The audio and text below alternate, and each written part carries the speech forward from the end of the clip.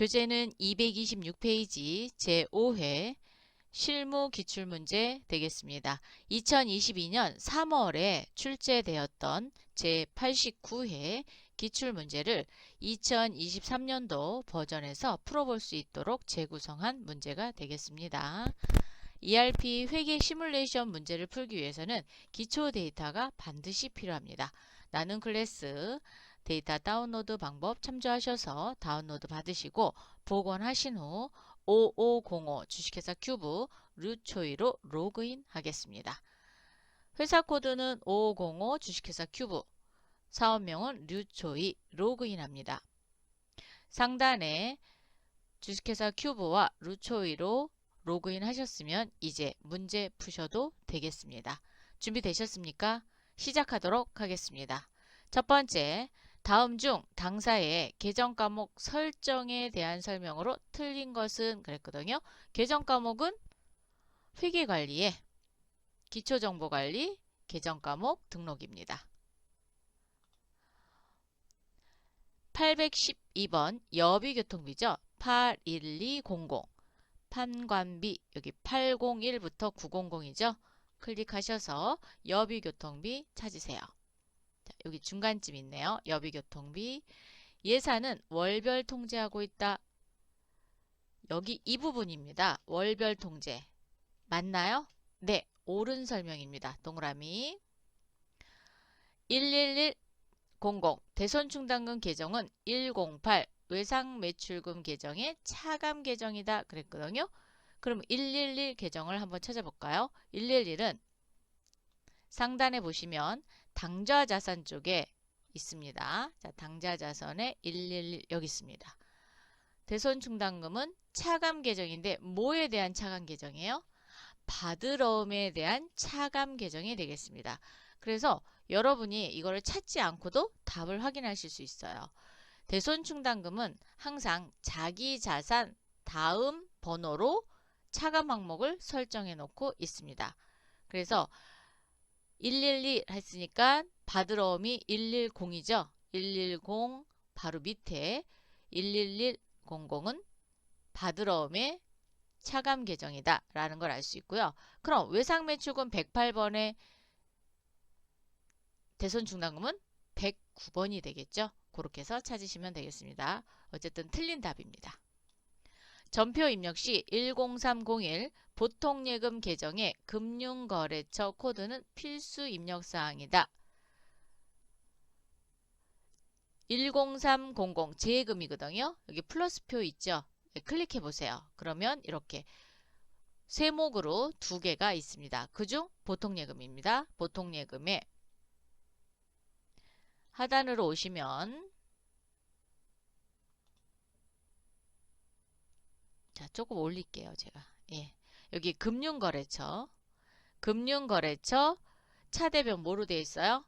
필수로 되어 있습니다. 필수. 그렇기 때문에 금융거래처는 필수로 입력사항이다. 네, 옳은 설명이 되겠습니다. 접대비, 판매관리비 계정을 세분화하여 즉 세목으로 했다는 거죠. 세목으로 등록하여 사용하고 있다 라고 되어 있습니다. 판관비 쪽으로 한번 가볼까요? 자, 판매관리비에 접대비니까 플러스표 있겠죠. 네, 접대비 이렇게 3개, 식대, 선물비, 기타 세목으로 관리하고 있습니다. 네, 동그라미. 그래서 1번의 답은 2번이 되겠습니다. 두 번째, 다음 회계관리 메뉴 중 신서울 사원이 사용할 수 없는 메뉴는 즉 신서울 사원이 어디까지 권한을 갖고 있느냐라는 것을 물어보는 문제예요. 그러면 시스템 관리에 회사 등록 정보, 사용자 권한 설정입니다. 신서율에다가 커져 갖다 놓으시고요. 회계관리 메뉴라 그랬죠? 모듈에서 회계관리 클릭. 그러면 왼쪽은 권한을 줄 수 있는 메뉴고요. 오른쪽은 권한을 받은 겁니다. 전표 입력 왼쪽에 있나요? 있습니다. 있으니까 사용할 수 있지요. 전표 출력 있습니다. 사용할 수 있고요. 거래처 원장 여기 있네요. 네, 거래처 완장 사용할 수 있습니다. 현금 출납장은 아무리 크게 눈을 뜨고 쳐다봐도 현금 출납장 보이나요? 없습니다. 그러면 신서울 사원은 현금 출납장을 사용할 수 없습니다. 답은 4번. 3번 당사의 회계 관련 시스템 환경 설정, 회계 관련 시스템 환경 설정으로 옳지 않은 것은 첫 번째, 등록된 자산은 월할 상각 방식으로 상각한다. 그랬죠? 그러면 시스템 환경 설정으로 가겠습니다. 여기 전체에다 놓고 하셔도 되고요. 아니면 회계 탭, 회계 조회 부분만 하셔도 됩니다. 여기서 등록한 자산이라 그랬죠? 그러면 등록이라고 한번 쳐보세요. 한글로 등록. 그러면 환경 요소 중 등록이란 단어가 들어가 있는 거 모두 보입니다. 그 중에 몇 번이에요? 29번이네요. 등록자산 상각 방법. 유형 설정을 보니까 2번으로 설정이 됐어요. 2번은 월할 상각. 그럼 옳은 설명이죠? 네, 동그라미. 이번에는 중국어 재무상태표를 조회 및 출력할 수 있다. 중국어 하나요? 여기에다 뭐라고 치시냐면 재무상태표는 재무제표죠. 네, 재무라고 두 글자만 치겠습니다. 엔터. 그러면 다국어 재무제표를 사용하고 있는데 어떤 다국어 재무제표를 사용하느냐? 3번이 선택이 됐습니다. 3번은 중국어가 되겠네요. 그럼 중국어 재무제표 뽑을 수 있습니다. 세 번째, 전표 입력 메뉴에서 전표 복사 기능을 사용할 수 있다. 여기다 전표라고 쳐보세요. 그러면 전표 복사 여부는 34번입니다. 1번 사용으로 되어 있죠. 그래서 복사 사용이 가능하다. 네 번째, 전표를 출력할 때 네 번째 양식을 기본 양식으로 사용한다라는 거거든요. 그러면 아까 전표에서 봤으니까 여기 27번에 보면 전표 출력 기본 양식은 3번의 양식을 쓰고 있네요. 그러니까 답이 틀렸습니다. 3번의 답은 4번. 4번, 주식회사 큐브는 선급 비용에 대해 기간 비용을 관리하고 있다.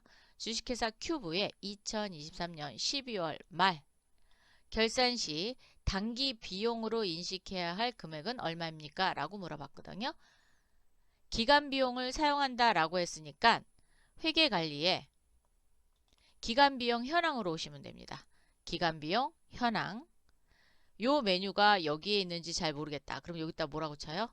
그렇죠. 두 글자만 치시면 돼요. 기간이라고 하면 기간 비용 현황. 이렇게 해서 들어오셔도 됩니다.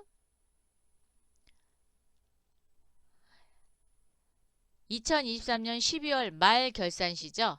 그래서 기표일자, 즉 전표를 입력한 날짜는 1년으로 그대로 불러드립니다. 조회. 그런데 안 들어왔어요. 안 들어왔으면 반드시 불러오기라는 게 있어요. 즉 새로 불러오기 또는 불러오기 단추가 있거든요. 눌러보세요. 자, 새로 불러오기 클릭하겠습니다. 그러면 1월 1일부터 12월 31일 전표를 불러오는 겁니다. 불러오기. 새로 불러오시겠습니까? 예. 기간 비용 새로 불러오기 작업을 완료하였습니다. 확인. 그러면 2월 1일 날 선급 비용으로 입력되어 있는 전표가 있습니다. 이거에 대해서 12월 말에 당기 비용 인식해야 되겠죠? 기간 비용 현황으로 오세요. 조회 버튼 눌러주십시오. 그런데 그냥 기간 비용 현황에서 보지 않고 왜 입력에서 봤냐? 불러온 다음에 기간 비용 현황을 보셔야 됩니다. 자, 오른쪽으로 조금 더 가겠습니다. 조회 기간의 비용 보이시나요? 이 부분이 당기, 즉 334일 동안의 비용이 되겠습니다. 답은 658만 8,484원. 3번이 비용이 되겠고요. 그럼 선급비용은 여기 선급잔액. 요게 선급비용입니다. 61만 1,516원.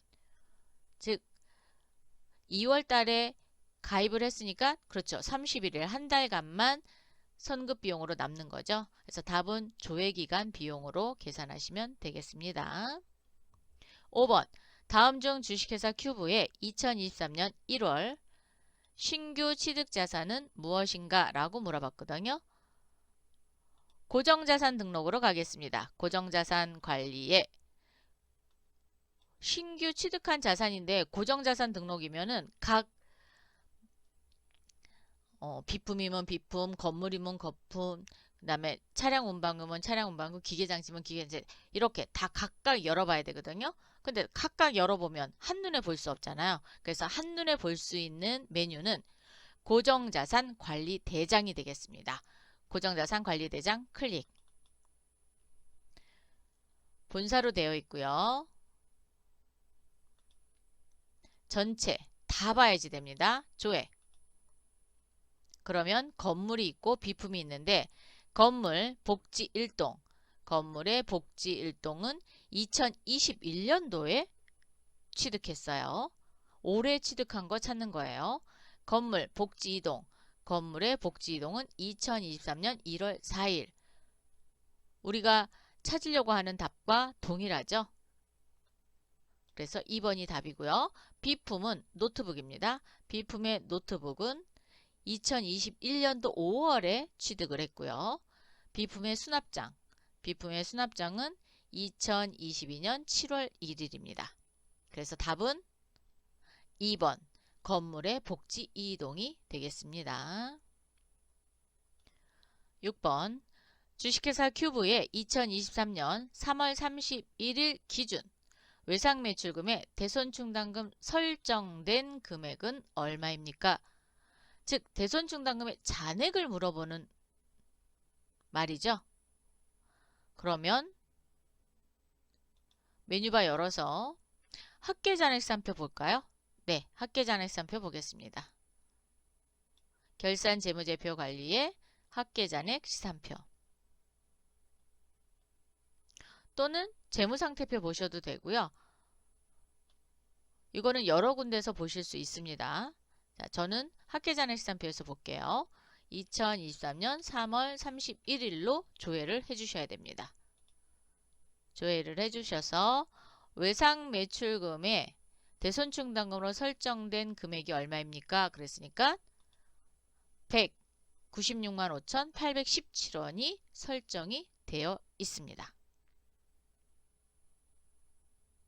답은 2번.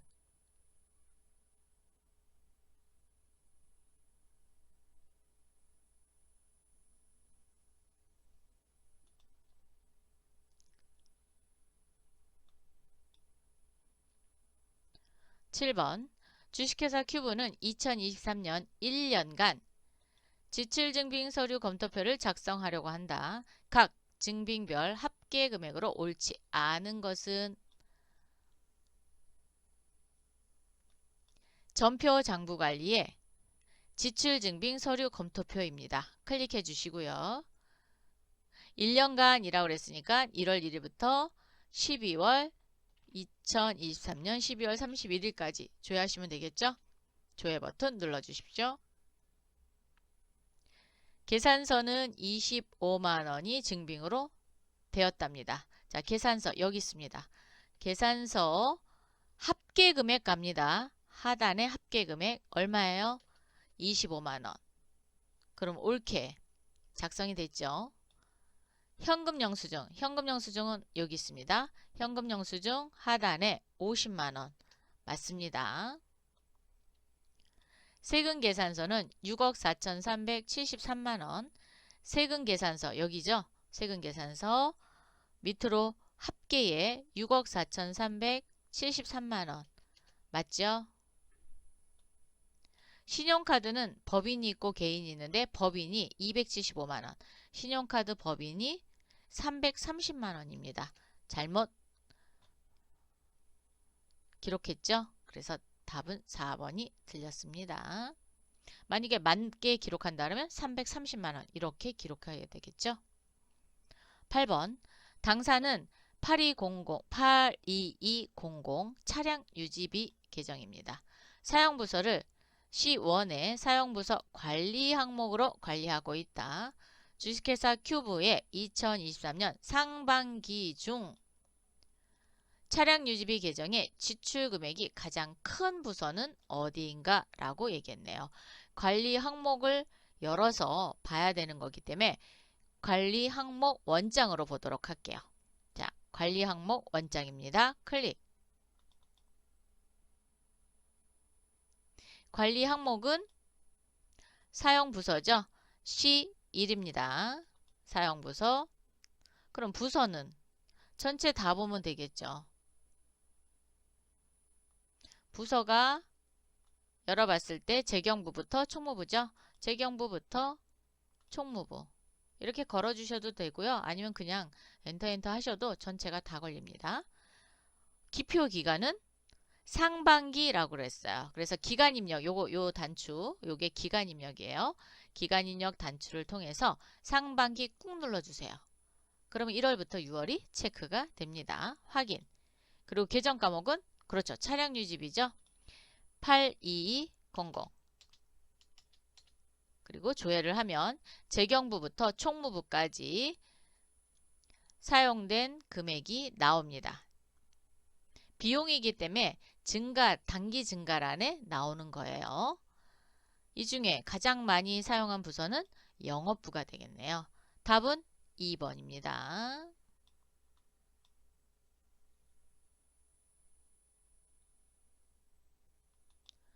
9번 주식회사 큐브는 업무용 승용차를 사원별로 관리하고 있다. 다음 중 박혜수 사원이 관리하고 있는 업무용 승용차의 차량 번호는 그랬어요. 그럼 업무용 승용차 관리, 메뉴바 좀 닫을게요. 업무용 승용차 관리 메뉴에 오셔서 업무용 승용차 차량 등록이 있습니다. 클릭하시고요. 조회 버튼 눌러주세요. 그러면 박혜수 찾습니다. 박혜수가 관리하고 있는 차량 번호는 12A에 8087이죠. 답은 몇 번이에요? 1번이 되겠습니다. 10번 주식회사 큐브는 2023년 2월 자금 수지 계획을 작성을 완료하였다. 2월 28일 수입 예정 금액은 얼마인가? 라고 물어봤네요. 자금관리 쪽으로 오셔서 일자별 자금 계획 입력입니다. 2023년 2월이고요. 자금 반영 클릭하셔서 2023년 2월 1일부터 2023년 2월 28일까지 적용하고요. 전표도 2023년 02월 01일, 2024년 02월 28일 적용합니다. 그러면 고정자금 반영하시겠습니까? 예. 성공적으로 완료되었습니다. 확인. 그러면 이렇게 고정자금이 반영된 자금 계획이 펼쳐졌습니다. 자, 여기에서 수입 예정 금액을 물어봤거든요. 수입 예정 금액은 빨간색입니다. 파란색은 지출 예정 금액이고 빨간색은 수입 예정 금액입니다. 하단에 수입 예정의 합계와 지출 예정의 합계 그리고 당월 말 예정 잔액이 이렇게 뜹니다. 이 중에 답은 그렇죠. 수입 예정액을 물어봤으니까 4천만 원입니다. 답은 3번이 되겠습니다. 지금까지 10문제를 모두 풀어봤습니다.